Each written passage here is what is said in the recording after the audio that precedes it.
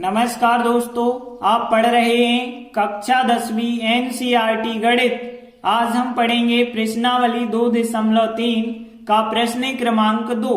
तो देखिए प्रश्न 2 क्या है।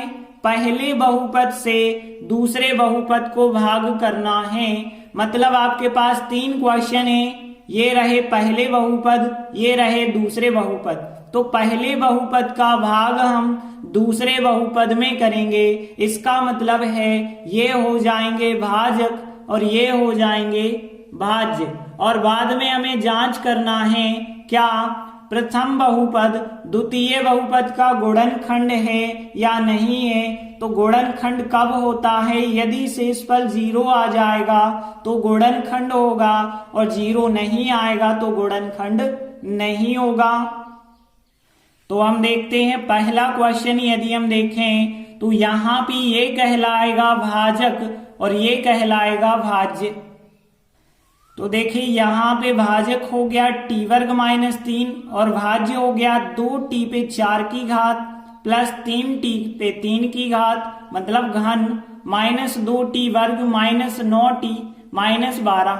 अब देखिए यहाँ भाजक और भाज्य क्रम से व्यवस्थित हैं। मतलब 4 की घात 3 की घात 2 की फिर 1 की फिर अचर पद, यहाँ 2 की फिर अचर पद, मतलब क्रम से व्यवस्थित हैं। तो व्यवस्थित करने की तो आवश्यकता नहीं है। अब हम सीधा भाग देंगे। तो देखिए यहाँ पे आपको पता होगा कि भाज्य का मान इस चिन्ह के अंदर लिखना होता है और भाजक यहाँ लिखते हैं। तो देखिए इस प्रकार से हमने लिखा। अब ध्यान देना, हमें इसका भाग इसमें देना है। तो पहला पद आपको इसका देखना है, पहला पद इसका देखना है और रफ में इसका पहला पद जो है वो आप लिखेंगे और बटे में इसका पहला पद लिखेंगे। तो यहाँ पे इस प्रकार से हमने लिखा। अब देखिए यहाँ 4 की घात बटे 2 की घात और भाग में घातें घट जाती हैं तो यहाँ पे बचेगी 2 की घात और 2 के 2 ही रहेंगे। तो यहाँ कितना आ जाएगा, 2t का वर्ग आ जाएगा। अब देखिए 2t वर्ग का गुणा इन दोनों संख्याओं से करेंगे। तो पहले तो इससे करना होगा।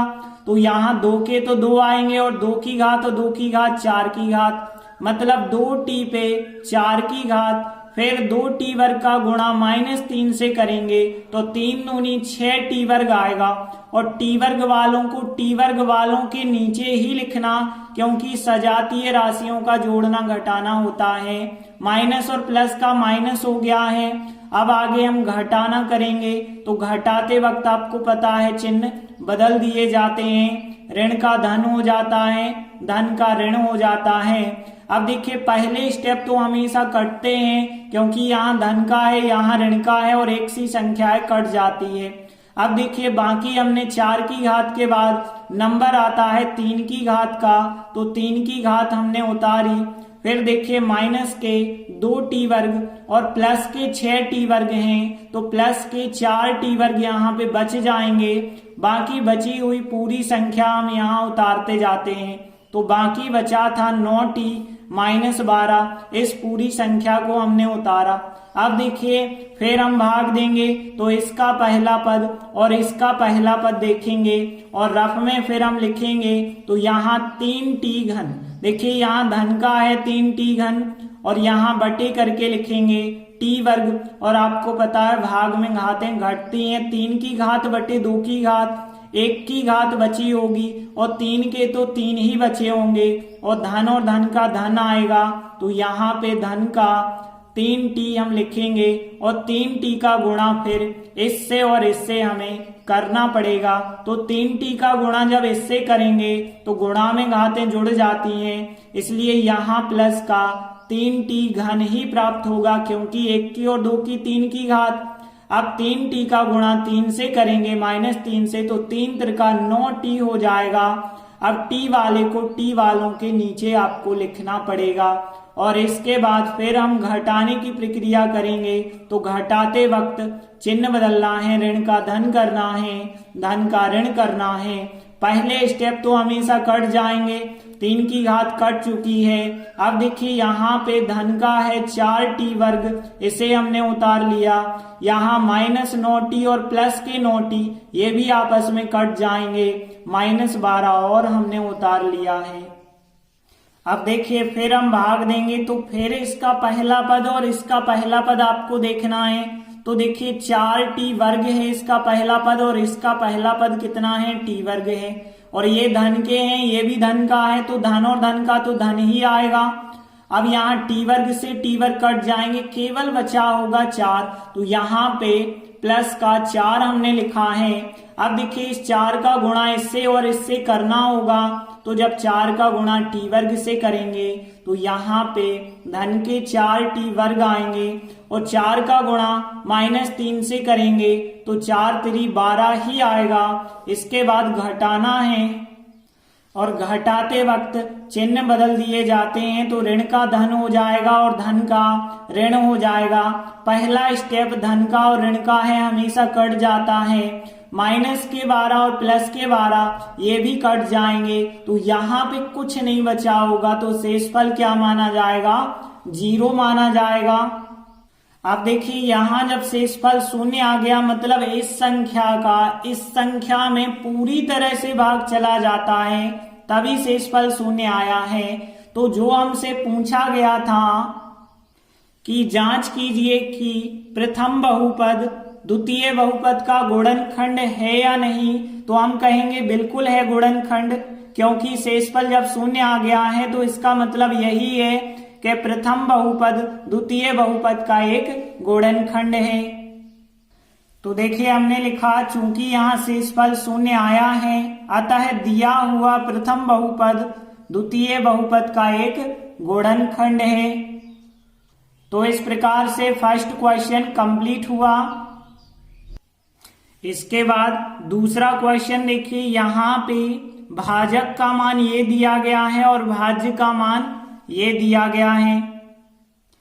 तो देखिए यहाँ भाजक का मान ये दिया है और भाज्य का मान ये दिया है और दोनों क्रम से व्यवस्थित हैं, मतलब 4 की घात के बाद 3 की, फिर 2 की, फिर 1 की, फिर अचर पद, और यहाँ 2 की घात, फिर 1 की, फिर अचर पद, मतलब बिल्कुल क्रम से व्यवस्थित हैं। तो अब हम सीधा भाग करेंगे और भाग आपको पता है कैसे देते हैं। तो भाग देने के लिए भाज्य को हम अंदर लिखते हैं और भाजक को बाहर लिखते हैं।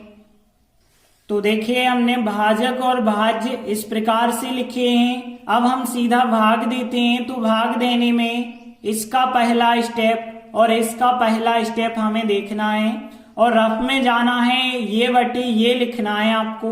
तो देखिए 3x पे 4 की घात बटे x वर्ग जब हम लिखेंगे और फिर इन्हें सॉल्व करेंगे तो आपको पता है भाग में घातें घट जाती हैं। 4 की घात बटे 2 की घात, 2 की घात आ जाएगी और बाकी 3 का 3 ही रहेगा। तो यहाँ पे आएगा 3x वर्ग। अब 3x वर्ग का इससे तीनों संख्याओं से गुणा करना, तो इसका गुणा यदि हम इसके साथ करेंगे तो बिल्कुल यही की यही संख्या आ जाएगी, क्योंकि 3 के 3, 2 और 2 4 की घात। अब इसका गुणा फिर इसके साथ करेंगे तो 3 त्रिका 9 आएगा, 2 और 1 3 की घात आएगी, तो यहाँ पे 9x घन आ जाएगा और धन का धन लगाया। फिर धन 3x वर्ग का धन 1 से करेंगे तो यहाँ 3x वर्ग ही आएगा धन का। इस प्रकार से संख्या प्राप्त होगी। अब हम घटाने की प्रक्रिया करते हैं। तो घटाते वक्त चिन्ह बदल दिए जाते हैं, धन का ऋण हो जाएगा, धन का ऋण होगा और धन का ऋण यहाँ होगा। अब देखिए इन्हें यदि हम सॉल्व करेंगे तो पहला स्टेप तो हमेशा कट जाता है, क्योंकि धन का और ऋण का यहाँ धन माना जाएगा। धन का और ऋण का यदि एक सा होता है तो कट जाता है। और यहाँ धन के 5x घन, ऋण के हैं 9x घन। तो देखिए ऋण के ज्यादा हैं तो ऋण के 4x घन यहाँ पे बच जाएंगे। यहाँ ऋण के 3 हैं और ऋण के 7 हैं, दोनों मिलके ऋण के 10x वर्ग हो गए। बाकी बची संख्याएं जो हैं 2x और 2, इनको हमने उतार लिया है। इसके बाद देखिए यहाँ पे फिर भाग देंगे तो फिर पहला पद फिर देखना है और इसका पहला पद देखिए यहाँ पे है माइनस का 4x घन, यहाँ पे है x वर्ग। देखिए जब आप भाग देंगे तो यहाँ पे 3 की घात बटे 2 की घात 1 की घात प्राप्त होगी, क्योंकि भाग में घातें घट जाती हैं। 3 में से 2 की घात घटाएंगे 1 की घात, बाकी 4 के तो 4 ही बचे होंगे। और यहाँ पे प्लस होगा, प्लस और माइनस का माइनस होता है, तो यहाँ पे माइनस के 4x आ जाएंगे। अब -4x जो आए हैं उसका गुणा इन तीनों के साथ करना है, तो इसका गुणा इसके साथ करेंगे तो पहली संख्या तो यही की यही आ जाएगी, क्योंकि माइनस प्लस का माइनस होता है। 4 के 4 1 की और 2 की 3 की घात। फिर इसका गुणा इसके साथ करेंगे, -4 का 3 के साथ तो 4 3 12, माइनस के 1 और 1 2 की घात, तो यहाँ पे माइनस के 12x वर्ग आएंगे। फिर -4x का +1 से करेंगे तो माइनस के 4x आ जाएंगे। और फिर आगे यदि हम सॉल्व करेंगे तो यहाँ घटाना पड़ेगा, और घटाते वक्त चिन्ह बदल दिए जाते हैं। ऋण का धन हो जाएगा, ऋण का धन हो जाएगा यहाँ पे। अब पहले स्टेप तो बिल्कुल आप देख रहे हैं कि धन का और ऋण का 1 से कट जाते हैं हमेशा। धन के 12x वर्ग, ऋण के 10 हैं, तो धन के 2x वर्ग यहाँ पे बच गए होंगे। धन के 4, धन के 2 हैं, तो धन के 6x आ जाएंगे, और धन के 2 और हमने उतार लिए हैं। इसके बाद फिर हम भाग देंगे तो इसका पहला पद और इसका पहला पद देखेंगे, तो यहाँ पे धन का 2x वर्ग और यहाँ पे धन का x वर्ग है, तो देखिए यहाँ x वर्ग से x वर्ग कट जाएंगे, केवल 2 बचा होगा। और धन का 2 बचा होगा, तो यहाँ पे हम धन का 2 लिख देते हैं। अब देखिए इस धन 2 का गुणा इन तीनों संख्याओं के साथ 2 का गुणा x वर्ग से करेंगे तो धन का 2x वर्ग आ जाएगा, और 2 का गुणा 3x के साथ करेंगे तो 2 3 6x धन के ही आएंगे। धन 2 का गुणा धन 1 से करेंगे तो धन के 2 एकम 2 आ जाएंगे। इसके बाद हमें घटाना होगा, और घटाते वक्त चिन्ह बदल देना है। धन का ऋण, धन का ऋण और धन का ऋण। अब देखिए यहाँ 2x वर्ग धन के ऋण के कट गए, धन के 6x ऋण के 6x कट गए, धन के 2 ऋण के 2 ये भी कट गए, तो यहाँ पे शेषफल कुछ नहीं आया, मतलब सब संख्याएं कट गई, तो यहाँ शेषफल 0 आ गया है। और हमने बताया था यदि शेषफल 0 आ जाए तो जो पहला बहुपद होता है वो दूसरे बहुपद का गुणनखंड होता है। तो देखिए हमने लिखा चूंकि यहाँ शेषफल 0 आ गया है, अतः दिया गया प्रथम बहुपद द्वितीय बहुपद का एक गुणनखंड है। इस प्रकार से सेकेंड क्वेश्चन कंप्लीट हुआ। आगे देखते हैं तीसरा क्वेश्चन है। तो देखिए यहाँ पे भाजक का मान ये होगा और भाज्य का मान ये होगा। तो देखिए तीसरा क्वेश्चन है, यहाँ भाजक का मान ये दिया है और भाज्य का मान ये दिया है, और देखिए दोनों क्रम से व्यवस्थित हैं, मतलब 5 की घात के बाद 3 की, 2 की, फिर 1 की, फिर अचर पद, 3 की, फिर 1 की, फिर अचर पद, मतलब क्रम से व्यवस्थित हैं, तो कोई प्रॉब्लम ही नहीं है। अब हम सीधा भाग करेंगे। तो देखिए भाग में आपको पता होगा इस चिन्ह के अंदर भाज्य लिखेंगे और यहाँ पे हम इस भाजक को लिखेंगे। तो देखिए हमने भाजक को यहाँ लिखा और भाज्य को यहाँ लिखा। अब हम भाग देंगे, तो भाग देते वक्त हमें पहला स्टेप इसका देखना है, पहला स्टेप इसका देखना है। यहाँ रफ में आप जाएंगे तो देखिए x पे 5 की घात बटे x पे 3 की घात, और आपको पता है भाग में घातें घट जाती हैं, तो कितने की घात आ जाएगी, 2 की घात आ जाएगी। तो यहाँ पे हमने 2 की घात लिखी, मतलब x वर्ग लिखा। अब x वर्ग का हम इन तीनों संख्याओं के साथ गुणा करेंगे। तो देखिए x वर्ग का पहले हम x घन के साथ करेंगे, तो x पे कितने की घात आएगी, 5 की, क्योंकि गुणा में घातें जुड़ती हैं, 3 2 5 की घात। फिर 3x का गुणा इसके साथ करेंगे, तो देखिए माइनस और प्लस का तो माइनस ही होगा, 3 के 3 होंगे, 2 और 1 3 की घात आ जाएगी, तो यहाँ माइनस का 3x घन आएगा, और घन को घन के नीचे लिखना है। फिर x वर्ग का गुणा 1 के साथ करेंगे तो x वर्ग आएगा। तो इस प्रकार से हमने गुणा कर दिया। अब हम घटाने की प्रक्रिया करते हैं, तो घटाते वक्त इनके चिन्ह बदल दिए जाते हैं। धन का ऋण होगा, ऋण का धन हो जाएगा और धन का ऋण हो जाएगा। पहले स्टेप तो हमेशा कट जाएंगे क्योंकि धन का है और उतना ही ऋण का है। अब देखिए ऋण के 4x घन है, धन के 3x घन है, तो ऋण का 1x घन बच जाएगा। धन का x वर्ग और ऋण का x वर्ग ये तो बिल्कुल एक से हैं, धन के ऋण के कट जाएंगे। अब हम बची हुई संख्या 3x को उतारेंगे और फिर 1 भी बचा हुआ है तो 1 को भी उतारेंगे। अब देखिए फिर हम भाग देंगे तो रफ में हम जाएंगे और इसका पहला पद और इसका पहला पद लिखेंगे। तो देखिए यहाँ माइनस का x घन और यहाँ पे प्लस का x घन। यदि हम देखें तो ऊपर नीचे जब एक सी संख्या होती है तो वो कट जाती है, तो ये संख्या कट गई और अंश हर की जब संख्या कटती है तो 1 बचता है। अब यहाँ माइनस और यहाँ प्लस, तो प्लस और माइनस का माइनस होता है भाग में, तो यहाँ पे -1 आ जाएगा। तो हम -1 को यहाँ लिखेंगे। अब -1 का गुणा हम इन तीनों संख्याओं के साथ करेंगे, तो -1 का x घन के साथ तो माइनस का x घन ही आएगा क्योंकि 1 को तो लिखते ही नहीं है। अब -1 का गुणा -3x के साथ तो माइनस माइनस प्लस 3x का 1 के साथ करेंगे तो 3x ही प्राप्त होंगे। फिर +1 का -1 के साथ तो -1 यहाँ पे प्राप्त होगा।